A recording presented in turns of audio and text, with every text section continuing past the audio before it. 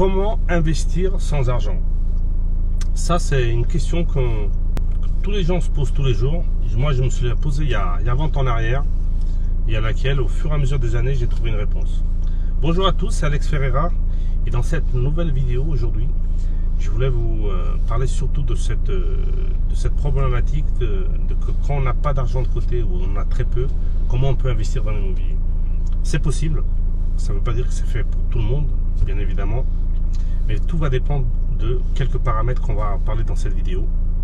Et la première chose qu'il faut comprendre, c'est que on n'a pas forcément besoin d'avoir de l'argent de côté, 10 ou 15 000 euros pour investir dans l'immobilier. Il faut surtout qu'on puisse montrer aux banquiers qu'on sait bien gérer son argent. Et qu'est-ce que ça veut dire? La première règle, c'est de ne pas être à découvert. Ça, c'est la règle numéro 1 déjà pour soi, déjà pour pas qu'on se mette en difficulté financièrement. Ça, c'est la première chose. Et deuxième chose, c'est que si vous n'arrivez pas minimum à équilibrer vos comptes, comment le banquier peut avoir confiance en vous en disant que tous les mois vous êtes à découvert? Donc ça, si vous êtes à découvert, aucun banquier vous prêtera de l'argent. Donc ça, c'est la première chose. La première règle, c'est d'être tout le temps clean à niveau de ses finances. Et encore mieux, c'est de économiser l'argent, c'est de mettre un petit peu d'argent de côté tous les mois. Mais après, vous pouvez me dire, ouais, mais moi je gagne pas énormément d'argent, j'ai pas mal de dépenses. Oui, non, vous pouvez toujours. C'est une question de vouloir. Si vous décidez vraiment que vous voulez mettre de l'argent de côté, il y a pas mal d'astuces que vous pouvez mettre en place. Déjà, une, c'est augmenter vos revenus.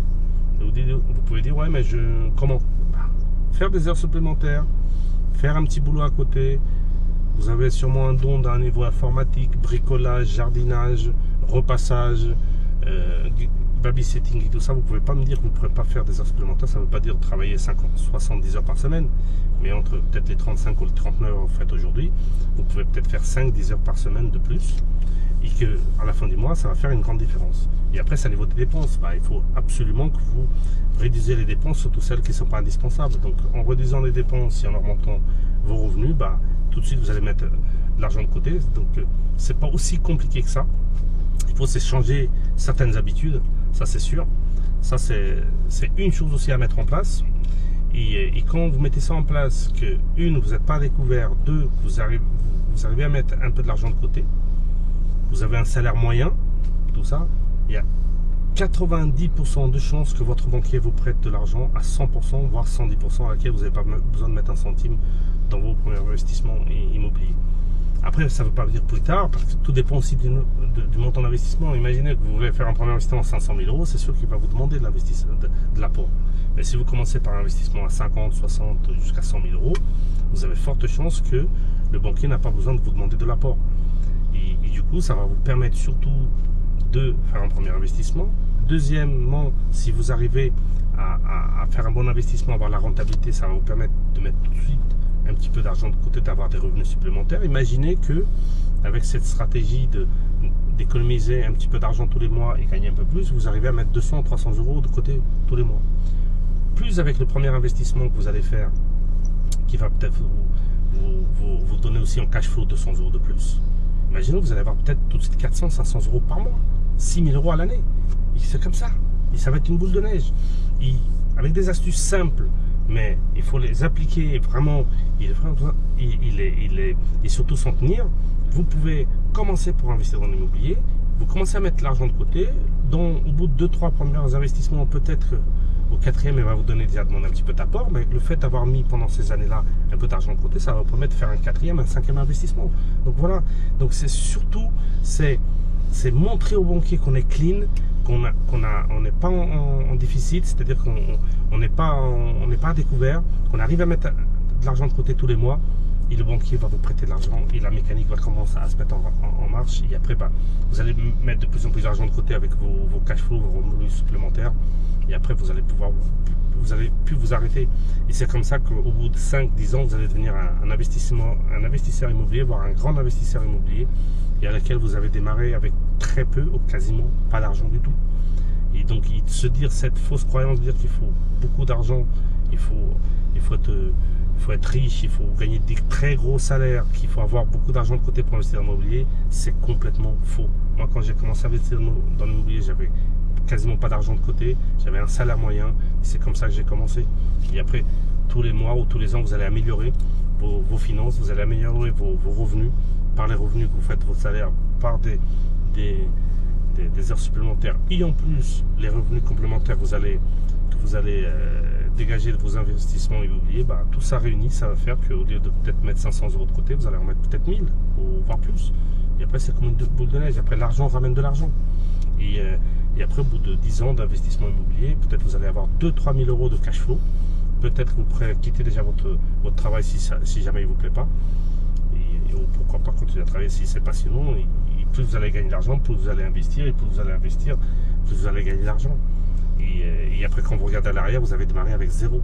Donc voilà, ça, il faut que vous soyez mentalisé qu'il ne faut pas beaucoup d'argent pour investir. Et on peut investir dans l'immobilier sans avoir quasiment rien de côté. Et ça, par contre, il faut que vous montrez à votre banquier que vous êtes clean, que vous êtes droit, que vous êtes carré. Et surtout, dans la manière que vous allez déposer votre dossier à la banque, ça, c'est quelque chose de très, très important. Le dossier, être bien organisé, pas arriver avec tout. Donc, avoir toute la liste des documents qu'il faut. En plus, si vous pouvez faire les copies, comme ça, vous donnez encore une meilleure impression. Votre dossier bien clean, bien carré, qui manque pratiquement rien et tout ça, vous allez tout de suite donner une image forte à votre banquier. Et après, vous allez mettre en concurrence 2-3 banquiers. Et quand vous avez un profil idéal, un salaire moyen, pas à découvert, et qu'en plus, si vous êtes jeune, vous avez toute votre vie, tous les voyants sont ouverts pour commencer votre vie d'investisseur immobilier. Et un conseil que je peux vous donner, commencez le plus tôt possible. Plus tôt vous allez commencer, plus tôt vous allez devenir libre financièrement, plus tôt vous allez devenir millionnaire à un niveau de l'investissement immobilier. Peu importe l'âge que vous avez, si vous avez 20 ans, c'est top. Si vous avez 30 ans, c'est bien aussi. 40 ans, voilà. Et même si vous avez 60 ans, c'est jamais trop tard. Il vaut mieux tard que jamais. Mais par contre, plus tôt on commence, mieux c'est. Et plus de temps on va se donner pour atteindre des objectifs de devenir rentier, de vivre de ces investissements immobiliers.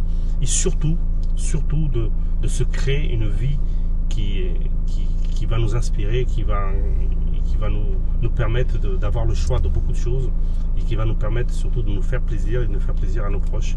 Et ça, c'est ce qui est très important dans la vie qu'on vit, c'est pas faire de l'argent pour faire de l'argent, mais c'est surtout faire de l'argent pour des choses nécessaires qu'on va avoir besoin un peu plus tard pour soi et pour ses proches. Et ça, c'est un état d'esprit que j'ai depuis que j'ai commencé à investir dans l'immobilier. De plus en plus j'investis dans l'immobilier, plus en plus je suis convaincu de ça, que c'est pas faire de l'argent pour faire de l'argent, c'est pas cumuler des appartements, sauf que ça vous donne énormément de choix pour pouvoir vous aider vous-même et pour pouvoir aider surtout vos proches et les gens que vous aimez. Donc, n'oubliez pas abonnez-vous à la chaîne si ce n'est pas fait encore. Partagez cette vidéo parce qu'il y a beaucoup de personnes qui se disent qu'il faut énormément d'argent pour investir dans l'immobilier. Pas du tout. Pour être convaincu, il faut commencer. Il faut commencer avec ces règles simples, mais c'est quelque chose de très efficace et très apprécié par les banquiers. Donc, je vous dis à la prochaine vidéo. N'oubliez pas, on investit ensemble. Ciao!